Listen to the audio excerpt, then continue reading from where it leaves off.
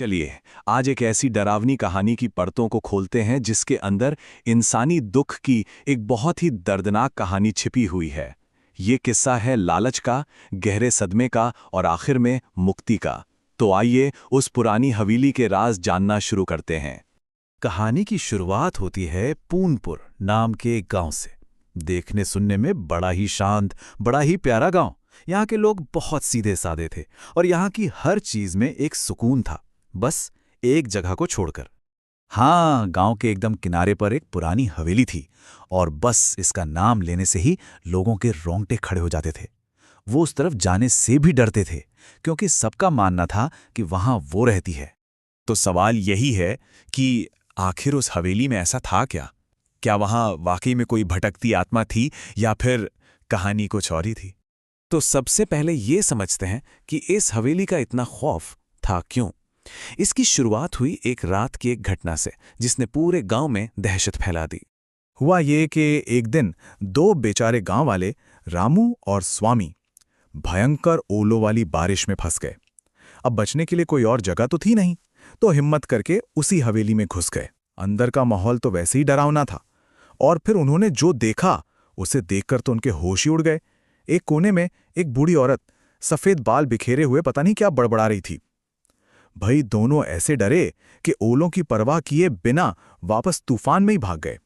बस इसी घटना ने गांव में हवेली के डर पर पक्की मोहर लगा दी। अभी गांव इस डर में जी ही रहा था कि कहानी में एंट्री होती है चार नए लोगों की। ये शहर से आए थे और उनका मकसद गांव वालों की सोच से बिल्कुल उल्टा था। तो यहां ना एक ही घर को लेकर दो अलग अलग दुनियाएं टकरा रही थीं। एक तरफ थे गांव वाले जिनके लिए वो हवेली एक भूतिया जगह थी, एक डरावनी आत्मा का घर, और दूसरी तरफ थे ये चार लोग, राजीव, उसकी बीवी रिया और उसके भाई रमन और प्रेम, जिनके लिए ये सब बकवास था। उनके लिए ये सिर्फ एक कीमती प्रॉपर्टी थी जिसे वो बेचना चाहते थे। रिया का ये कहना कि अगर वहां कोई बुढ़िया होती तो अब तक किसी ने वीडियो बना लिया होता ना, दिखाता है कि वो गांव वालों के सालों पुराने डर को कितना मजाक में ले रही थी। उनका रवैया पूरी तरह से मॉडर्न था, लेकिन साथ ही साथ थोड़ा घमंडी भी। लेकिन देखिए कहानी कैसे पलटती है। बहुत जल्दी ये किस्सा भूत प्रेत या प्रॉपर्टी बेचने से हटकर कहीं और ही चला गया।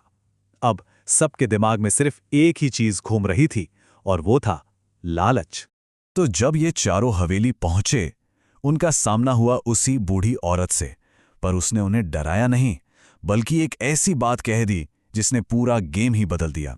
उसने कहा कि वो एक बहुत बड़े खजाने की रखवाली कर रही है, लेकिन उसे ये याद नहीं कि वो खजाना है कहाँ। अब खजाना शब्द सुनते ही इन चारों की आंखों में चमक आ गई। लालच की आग भड़क उठी। पहले तो सोचा कि खुद ही ढूंढ लेंगे और बुढ़िया को भगा देंगे, पर कुछ हाथ नहीं लगा। फिर उन्होंने अपना दिमाग चलाया, गांव वापस आए और वही लालच का दाना गांव वालों के आगे फेंक दिया। वादा किया कि अगर मदद करोगे तो तुम्हें भी हिस्सा मिलेगा।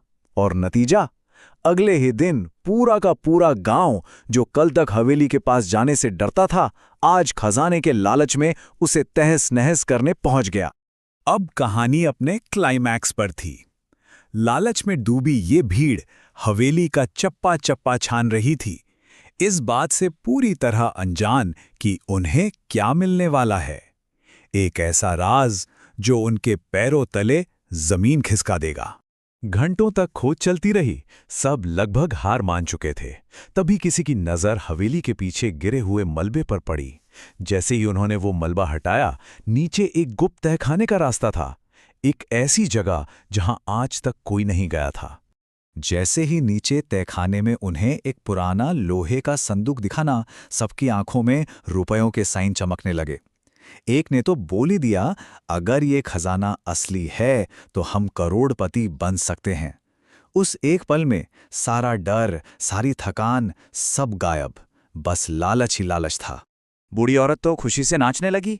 मिल गया, मेरा खजाना मिल गया। सबने मिलकर बड़ी उम्मीद से वो संदूक खोला, लेकिन अंदर जो था उसे देखकर सबकी चीख निकल गई। उस संदूक में कोई सोना, चांदी, कोई हीरे जवाहरात नहीं थे, बल्कि एक बच्चे का कंकाल था। बस इसी एक पल में खजाने की खोज की कहानी एक खौफनाक, दर्दनाक हकीकत में बदल गई। और अब वक्त था उस राज के सामने आने का, जो सालों से उस हवेली की दीवारों में कैद था। ये कहानी थी गौरी की, यानी उसी बूढ़ी औरत की और उसके खजाने की असली दिल दहला देने वाली सच्चाई की। गौरी ने रोते रोते जो बताया वो सुनकर पत्थर भी पिघल जाएं। उसने बताया कि कैसे बेटी के जन्म पर उसके ससुराल वाले नाराज थे, कैसे उसके पति ने बेटा पाने के अंधविश्वास में उसी तहखाने में अपनी ही नन्ही सी बच्ची की बलि दे दी। उस रात जब गौरी को यह पता चला तो वो दुख और गुस्से में पागल हो गई और उसने अपने पति और उसके साथियों को खत्म कर दिया। इसके बाद उसने अपनी बेटी के कंकाल को उस संदूक में रखा और उसे ही अपना अनमोल खजाना मान लिया। और फिर धीरे धीरे वक्त और सदमे ने उसकी याददाश्ती छीन ली। इस भयानक सच के बाद कहानी का अंत भी उतना ही नाटकीय था। धोखेबाजों का पर्दाफाश हुआ और पूरे समाज ने मिलकर एक नेक काम किया। सच जानने के बाद भी राजीव और उसके साथी सुधरे नहीं। उनका लालच इतना ज्यादा था कि उन्होंने गौरी पर ही हमला कर दिया। लेकिन वो भूल गए थे कि वो हवेली गौरी का घर है। वो उसी के बिछाए जालों में फंस गए। जब पुलिस आई और उनसे जायदाद के कागजात मांगे गए, तब सारा भांडा फूट गया। उन्होंने मान लिया कि वो धोखेबाज हैं और गांव वालों को ठगने आए थे। इसके बाद जो हुआ वो सच में अच्छा था। गांव वालों ने मिलकर उस मासूम बच्ची का पूरे रीति रिवाज से अंतिम संस्कार किया। गौरी को इलाज के लिए एक अच्छी जगह भेजा गया और फिर सबने मिलकर उस हवेली को, उस मनहूस जगह को एक नई पहचान देने का फैसला किया। शायद ये अपने सालों के डर और अपनी गलती का प्रायश्चित करने का एक तरीका था। तू मेरा अनमोल खजाना है, ये वो शब्द थे जो गौरी अपनी बेटी के लिए महसूस करती थी। एक माँ के लिए उसकी औलाद से बढ़कर कोई खजाना हो भी क्या सकता है। इस एक लाइन ने पूरी कहानी का मतलब ही बदल दिया। और अंत में गांव वालों ने उस हवेली को एक स्कूल में बदल दिया। आज उस हवेली पर एक बोर्ड लगा है जिस पर लिखा है गौरी कन्या विद्यालय, एक माँ की याद में। सोचिए, जो जगह एक बेटी की मौत और एक माँ के मातम की गवाह थी, आज वो कितनी ही बेटियों को एक नया भविष्य दे रही है। तो ये कहानी हमें एक सवाल के साथ छोड़ जाती है। जब कोई सच्ची घटना एक लोक कथा या अफवाह बन जाती है, तो उसके पीछे की कौन सी सच्चाइयां दब जाती हैं? और शायद असली खजाना सोना चांदी में नहीं, बल्कि उन दबी हुई अनकही कहानियों को ढूंढ निकालने में है।